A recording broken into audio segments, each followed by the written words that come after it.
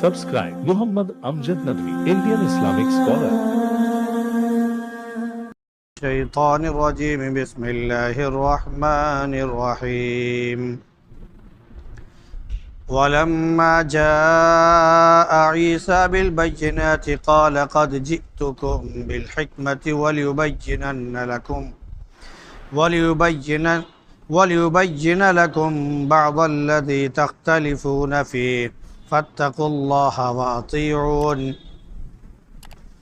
إن الله هو ربي وربكم فاعبدوه هذا صراط مستقيم فاختلف الأحزاب من بينهم فويل للذين ظلموا من عذاب يوم أليم هل ينظرون إلا الساعة أن تأتيهم بغتة وهم لا يشعرون الأخلاء يومئذ بعضهم لبعض عدو إلا المتقين يا عباد لا خوف عليكم اليوم ولا أنتم تحزنون ولما جاء عيسى بالبينات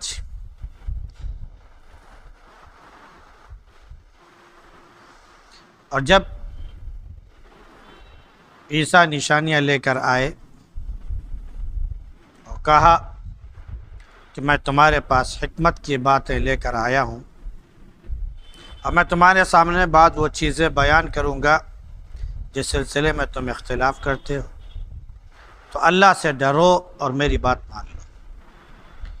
یقیناً اللہ میرا بھی رب ہے، تمہارا بھی، اس کی عبادت کرو، یہی سیدھا راستہ ہے۔ لیکن فرقوں میں وہ بٹ گئے آپس میں، تو بربادی ہے ان لوگوں کے لیے جنہوں نے ظلم کیا، گناہ کیا، دردناک دن کے عذاب سے۔ وہ تو محض اس قیامت کا انتظار کر رہے ہیں جو کہ اچانک آ کھڑی ہو اور ان کو پتہ بھی نہ چلے۔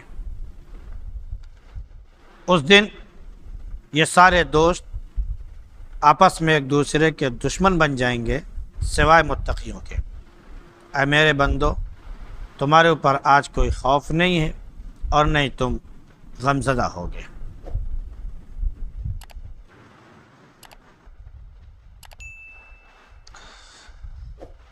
حضرت موسیٰ علیہ السلام کے ذکر کے بعد عیسیٰ علیہ السلام کا ذکر شروع ہوا۔ عیسیٰ علیہ السلام کے بارے میں کل کے درس میں تھا کہ عیسیٰ علیہ السلام کی مثال دی گئی تو قریش اور عرب کے لوگ جو ہے وہ اعتراض کرنے لگے، وہ چیخنے چلانے لگے،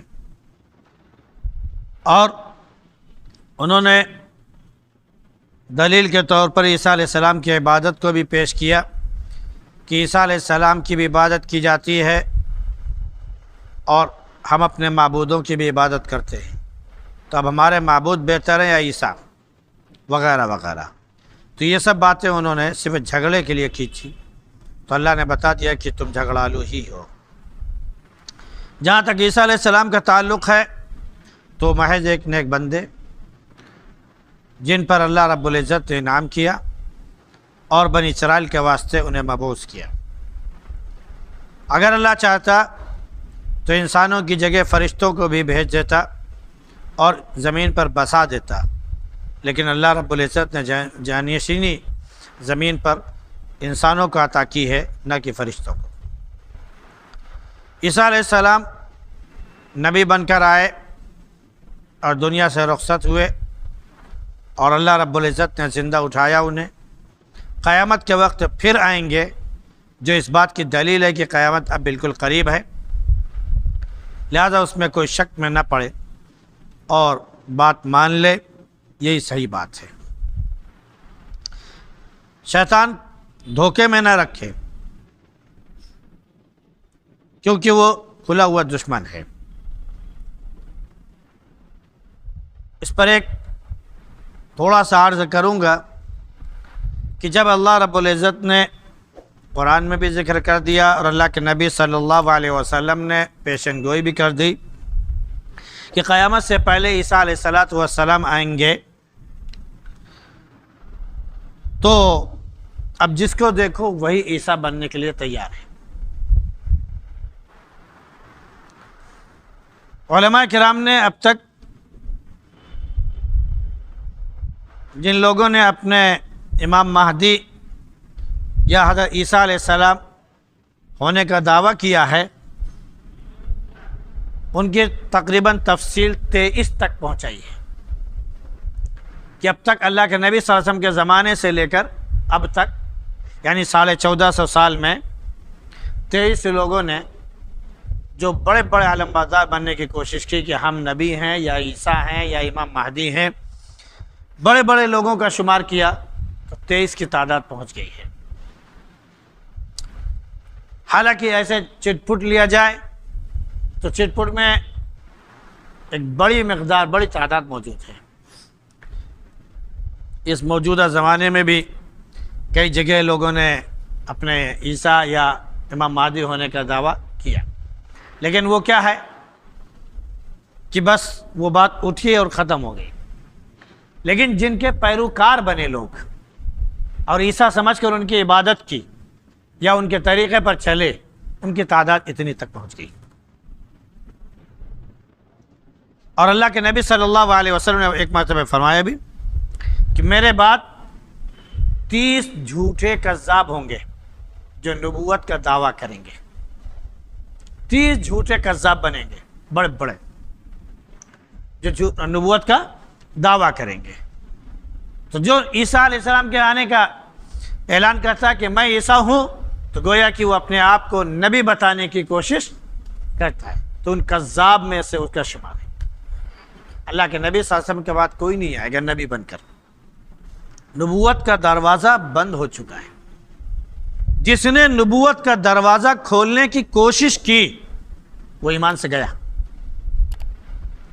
اللہ کے نبی صلی اللہ علیہ وسلم کے آخری نبی ہونے پر ذرہ برابر بھی شک نہیں ہونی چاہیے، بلکہ کوئی یہ کہے کہ میں عیسیٰ بن مریم ہوں، سمجھ رہے نہیں، اور میرے اوپر وحی آ رہی ہے، اللہ پیغام میرے اوپر نازل کر رہا ہے، ویسے جیسے نبی کریم صلی اللہ علیہ وسلم پر قرآن نازل ہوتا تھا۔ تو کوئی شخص ایسے لوگوں سے یہ کہے کہ تم دلیل پیش کرو اپنے نبوت کی، تو وہ بھی ایمان سے جائے گا۔ کیونکہ جب نبی کریم صلی اللہ علیہ وسلم نے فرما دیا کہ میرے بعد کوئی نبی نہیں آئے گا، تو دلیل مانگنا ہی بے سود ہے، وہ جھوٹا ہے۔ عیسیٰ علیہ السلام آئیں گے تو نبی بن کر نہیں آئیں گے، وہ امتی بن کر آئیں گے، اللہ کے نبی صلی اللہ علیہ وسلم کی تابعداری کریں گے، کہیں پر بھی اپنی طرف سے کوئی بات پیش نہیں کریں گے۔ اس لیے جو بھی پیش کرے اور دعویٰ کرے کہ میں عیسیٰ ہوں اور میں امام مہدی ہوں، تو ابھی بات مت ماننا، اللہ تعالیٰ وقت پر ان کا ظہور فرما دے گا۔ ان میں سے ایک جو موجودہ وقت میں ایک کذاب پیدا ہوا، مرزا غلام احمد قادیانی، اس کے بڑے فالوور پیدا ہو گئے، علی گڑھ میں بھی موجود ہے۔ اب رہا معاملہ آگے کا، تو اللہ نے فرمایا کہ جب عیسیٰ نشانیاں لے کر آ گئے، معجزے، احکامات، یا اللہ رب العزت نے جو کتاب آپ پر نازل کی انجیل، وہ لے کر آ گئے، اور لوگوں سے کہا کہ میں حکمت کی بات لے کر آیا ہوں۔ نبوت کی جو باتیں ہیں وہ سراپا حکمت پر مبنی ہے۔ اللہ نے جو احکامات نازل کیے ہیں وہ سراپا حکمت پر مبنی ہے۔ اس لیے حکمت کی بات سے اگر نبوت مراد لی جائے تو اس میں کوئی حرج نہیں ہے۔ تو چنانچہ حکمت کی بات لے کر آئے اور فرمایا کہ میں تمہارے سامنے بیان کروں گا بعض وہ باتیں جس کے سلسلے میں تم اختلاف کرتے ہو، لڑتے ہو، جھگڑتے ہو۔ یہ کون سی باتیں ہیں جس کے سلسلے میں بنی اسرائیل لڑتے اور جھگڑتے ہیں؟ اللہ رب العزت نے ایک جگہ ارشاد فرمایا کہ وَلِيُحِلَّ لَكُمْ بَعْضَ الَّذِي تَخْتَلِفُونَ فِيهِ، بعض وہ چیز، یا وَلِيُحِلَّ لَكُمْ بَعْضَ الَّذِي حُرِّمَ عَلَيْكُمْ، بعض وہ چیز جو تمہارے اوپر حرام کر دی گئی تھی اب میں اسے حلال کرتا ہوں۔ حضرت موسیٰ علیہ السلام کے بعد بنی اسرائیلیوں نے جب بہت زیادہ اشکال کیا تو اللہ رب العزت نے موسیٰ علیہ السلام کے زمانے میں ہی ان پر جانور کے جسم میں جو چربی وغیرہ ہوتی ہے اسے حرام کر دیا تھا، اور بھی بہت سی چیزیں ہیں۔ تو ان لوگوں نے آپس میں اختلاف کرنا شروع کر دیا۔ اسی طرح اور بھی واقعات ہیں جن کے بارے میں اللہ نے فرمایا کہ اب وہ وضاحت کے ساتھ بیان کی جا رہی ہیں کہ جو حرام کر دی گئی تھی اب وہ حلال ہو گئی، اور وہ وضاحت کے ساتھ بیان کی گئی ہے۔ چنانچہ عیسیٰ علیہ السلام نے کہا کہ میں بیان کروں گا جس میں تمہیں اختلاف ہو رہا ہے، اب اللہ سے ڈرو، میری بات مان لو۔ اب جان لو اچھی طرح سے کہ اللہ کے سوا کوئی معبود نہیں ہے، وہی میرا بھی رب ہے اور وہی تمہارا بھی رب ہے، یہی سیدھا راستہ ہے۔